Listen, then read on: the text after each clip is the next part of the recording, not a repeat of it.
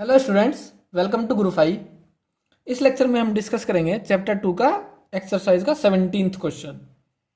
A long charged cylinder of linear charge density lambda is surrounded by a hollow coaxial conducting cylinder. What is the electric field in the space between the two cylinders. तो एक cylindrical wire है हमारे पास ऐसे, और इस पर linear charge density है, infinite length का है। सो इस पर लीनियर चार्ज डेंसिटी कितनी है, लैम्डा। सो लैम्डा क्या है, चार्ज पर यूनिट लेंथ। अब कोएक्सियल सिलेंडर है, मतलब दोनों का एक्सिस क्या है, सेम। तो एक होलो सिलेंडर हो रहा है इसके चारों तरफ, ये ऐसे, मैं किसी और कलर से दिखा देता हूं, ऐसे।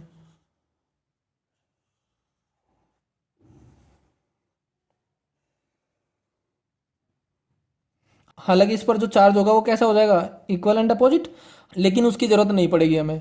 हमें बताना है इस पॉजिटिव चार्ज और इस निगेटिव चार्ज के बीच में जो स्पेस है, या जो इनर सिलेंडर है और आउटर सिलेंडर है उसके बीच में जो स्पेस है, उसके किसी पॉइंट पर इलेक्ट्रिक फील्ड कैलकुलेट करना है।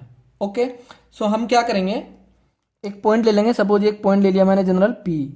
अब इस पॉइंट पर निकालने के लिए मैं एक गॉसियन सरफेस ड्रॉ करूंगा, ऐसे। सिलेंड्रिकल होगी वो भी, सिमेट्रिकल जैसे हम लेते हैं गॉसियन सरफेस, ये ऐसे। क्या होगी ये, गॉसियन सरफेस। अब इस गॉसियन सरफेस के पी पॉइंट पर जो इलेक्ट्रिक फील्ड होगा वो कैसे होगा, away from the positive charge, और एरिया वेक्टर भी इसी डायरेक्शन में। लेकिन जो ये क्रॉस सेक्शन वाली सरफेस होगी, अपर और लोअर, यहाँ पर एरिया वेक्टर इधर होगा और इलेक्ट्रिक फील्ड होगा इसके परपेंडिकुलर। ऐसे ही यहाँ पर इलेक्ट्रिक फील्ड इस डायरेक्शन में और एरिया वेक्टर इस डायरेक्शन में। सो इस वाली सरफेस और इस वाली सरफेस के लिए थीटा 90 होने की वजह से ई और डी एस का जो डॉट प्रोडक्ट होगा वो हो जाएगा 0। सो गॉसियन सरफेस के लिए अप्लाई करो गॉस लॉ। क्या होता है, total flux passing through a closed surface is equal to net charge enclosed by that closed surface upon epsilon naught, Gauss law. अब इसके तीन पार्ट होंगे, 1, 2 और 3। अब ये जो पार्ट है और ये पार्ट है, इसके लिए तो ई डॉट डी एस 0, तो हमें केवल जो एक कर्व सरफेस है उसके लिए देखना है।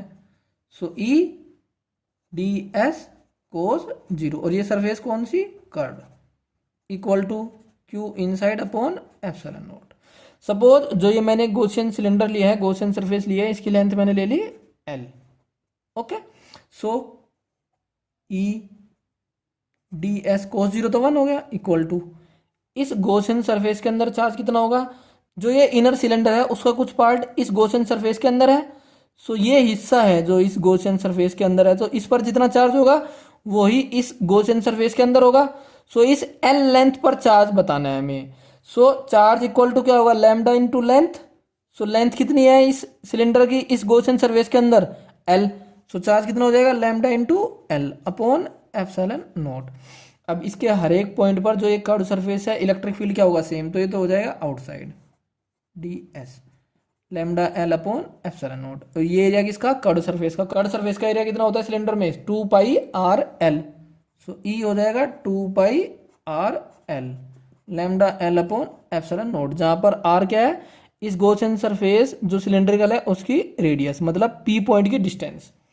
सो एल से एल कैंसिल, सो ई आ जाएगा lambda upon 2 pi epsilon naught r. अब ये फॉर्मूला हम पहले भी ड्राइव कर चुके हैं 2 बार, एक बार बाय यूजिंग कूलम्स लॉ और एक बार बाय यूजिंग गॉस लॉ। अब इसने थोड़ा सा ट्विस्ट करके दे दिया कि एक कोएक्सियल सिलेंडर हो रहा है, हालांकि इसकी जरूरत नहीं है, सिंपली बोल देते हैं एक वायर है जिसपे चार्ज डेंसिटी लीनियर कितनी है, लैम्डा। तो बताओ इलेक्ट्रिक फील्ड कितना होगा उसके पास, वही क्वेश्चन है।